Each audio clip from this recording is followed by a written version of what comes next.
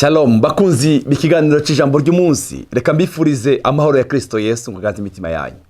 Haleluya. Muri abantu beza badasanzwe, uyu ni umunsi umwami yaturemeye. Dawudi yaravuze ngo uyu ni umunsi waraturemeye ngo tunezererwemo kandi tuwuhimbarirwemo. Reka nkwifurize umunezero. Haleluya. Umunezero ugaza ubuzima bwawe uyu munsi wa none. Ugwanye ikintu cyose cyoza kugutwara umunezero. Ugwanya amajwi yose ya negative azagwaniza ubuzima bwawe. Mwami Yesu akuzuze umunezero n'amahoro. Ndifuza kuganira nawe rino jambo ryanditse mu cete Paulo yandikiye itorero ry'Abakorinto. Igice cya gatanu umurongo wa 14. Icete cya kabiri igice cya gatanu umurongo wa 14. Kuko urukundo rwa Kristo rutugobera. Urukundo rwa Kristo rutugobera. Kandi ico tuzi tudakekeranya. Nuko umwe yapfiriye bose, nuko rero bose barapfuye. Twafuye ryari, twafuye kuki, twafuye kucaha n'igisanaco. Nuko rero bose barapfuye.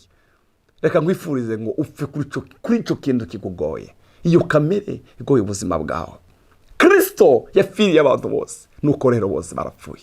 Paulo yigeze kubwira Abakorinto, arababwira ngo mu mubiri wanje zagendana inkovu z'umwami wanje. Yapfiriye abantu bose, nuko rero bose barapfuye. Mureke tubeho twarapfuye kucaha bavandimwe. Mureke tubeho mu buzima bunezeza umwami wacu. Kuko gukiranuka Imana n'ivy'igiciro. N'ivy'igiciro. Kandi cyatumye apfira bose kwari ukugira ngo abariho wewe nanje babeho batacinezereza, ariko babeho banezereza uwo bapfiye akabazukira. Amen. Icyatumye apfira bose nukugira ngo abariho jewe nawe twoye kubaho tacinezereza, ariko tubeho tunezeza uwadupfiriye akatuzukira. Ndore ikintu gitumye gihari, igitu gitumye bihumeka, nukugira ngo ubeho unezeza Kristo Yesu mwana w'Imana. Icyatumye apfira bose nukugira ngo jewe nawe tubeho tumuhimbaye. Amen. Nukugira ngo abariho boye kubaho binezeza, boye kubaho bikubita, boye kubaho bishimije, ariko babeho banezeza ubapfiriye akabazukira. Ndore cyo ndakwifuriza ngiki, kwifurije kubaho unezeza umwami wawe, unezeze umwami wawe kandi umunezereze muri byose. Amen. Kubaho unezeza wagupfiriye akakuzukira. Paulo yabwiye Abagalatiya iri jambo kabiri umurongo wa 20. Yaravuze ngo nabambanywe na Kristo, ariko ndiho yamarasenje jewe uriho, ni Kristo ari muri jewe.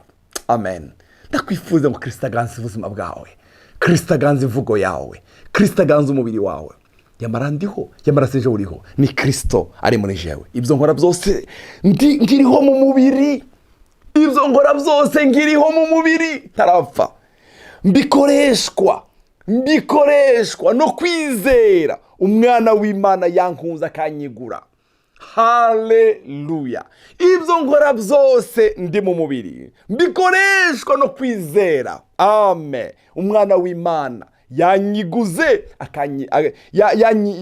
yankunze akanyigura. Yesu yaradukunze aratwigura. Yesu yagiye mu gishingo cyanje nawe. Reka tubeho tumunezeza wadupfiriye, ugiye mu gishingo cyacu. Twaraba kuzopfa rubi. Maze iminsi ndiko ndasoma ibitabo bya Mose. Nageze mu gitabo cy'Abalewi numva ngize ubwoba. Ndaraba amategeko ya Mose, bene data, amategeko ya Mose yaragoye. Ariko Yesu yaraje ngo dukureho ibyo byose. Haleluya. Wankunze akanyigura. Yesu yarankunze. Ukuye kunkunda gusa yaranyiguze. Reka tubeho tunezeza watwiguze. Baho unezeza wakwiguze. Yesu yarakwiguze. Yesu yagiye mu gishingo cyawe. Baho unezeza Yesu. Baho warapfuye kuri kamere zitandukanye. Baho warapfuye kuri iryo shavu, kuri ubwo burakari, kuri ubwo buryarya, kuri ubwo busambanyi, upfe kuri icyo kintu kikugoye. Baho unezeza wagukunze akakwigura. Baho unezeza wagukunze akakwigura. Haleluya. Mana yanje we, ibyo nkora byose nkiriho mu mubiri ntarapfa, ibyo nkora byose nkiriho mu mubiri bikoreshwa no kwizera umwana w'Imana yankunze akanyigura, umwana w'Imana yankunze akanyigura. Haleluya. Yesu yaradukunze. Icya kabiri, yaratwiguze. Igihe cya 6:14 cyete cy'Abagalatiya, ariko njyewe singirata ikindi atari umusaraba umwami wacu Yesu Kristo. Hariyo abantu birata amafaranga, hariyo abantu birata amazu, hariyo abantu birata imiryango, hariyo abantu birata abakomeye bagendana nabo, hariyo abantu yarabivuze neza. Dawudi aravuga ngo bamwe bizigira imikogote yabo, abandi bizigira amafarasi yabo, abandi bizigira ubwenge bwabo, ngo ariko twebwe ngo tuzokwizigira mu izina ry'Uhoraho Imana yacu. Haleluya. Pawulo yabwiye Abakorinto, arababwira ngo abanyabwenge boye kwirata ubwenge bwabo, abanyenkomezi boye kwirata ingomezi zabo, abatunzi boye kwirata amafaranga yabo. Ufite icyo yirata, yirate ko yamenye Kristo Yesu. Haleluya. Ufite icyo yirata, ufite icyo yirata, yirate ko yamenye Yesu. Pawulo igice 6:14 avuga ijambo ryiza, aravuga ngo ariko njyewe sinkirata ikindi, ndagenda no kwirata atari umusaraba w'umwami wacu Yesu Kristo, watumye isi imbera ikibambwe, naje isi nkayibera ikibambwe, naje ubwanje iyi si nayibereye ikibambwe. Amen. Haleluya. Nta kindi nirata atari umusaraba w'umwami wacu. Haleluya. Umusaraba w'umwami wacu, nta kindi tugomba kwirata. Tugomba kwirata Kristo. Tugomba kubaho mu buzima bunezeza wadupfiriye akatuzukira, wadukunze akatwigura, mureke tuzatumunezereza. Bakundwa, turi abana b'Imana, uko tuzoza ndi kurayishureko, ariko hari umunsi umwe tuzoja gusana umwami, tuzoje kubana na Yesu wadukunda akatwigura. Hari umunsi umwe tuzava muri uyu mubiri. Uyu mubiri urabora. Pawulo yaravuze ngo abwira Abakorinto, yawise ingando, yaravuze ngo mu gice cya 5 Abakorinto, reka ndasomera umurongo. Abakorinto 2 igice cya 5, hari abantu birata umubiri, hari abantu birata mwumvirize 5 igice cya 5 Abakorinto 2, Abakorinto 2:5 umurongo wa mbere, haravuga ngo turazi yuko urusago n'akazu kaciritse karaho yo kwisi niyamara yamutse isambuwe, dufise inyubako iva ku Mana, inzu tubatswe n'amaboko itazoshira niyo mu ijuru. Amen. Hari umunsi uyu mubiri tuzovamwo, reka nuva muri uyu mubiri uzoje kubana n'uwagukunze akakwigura.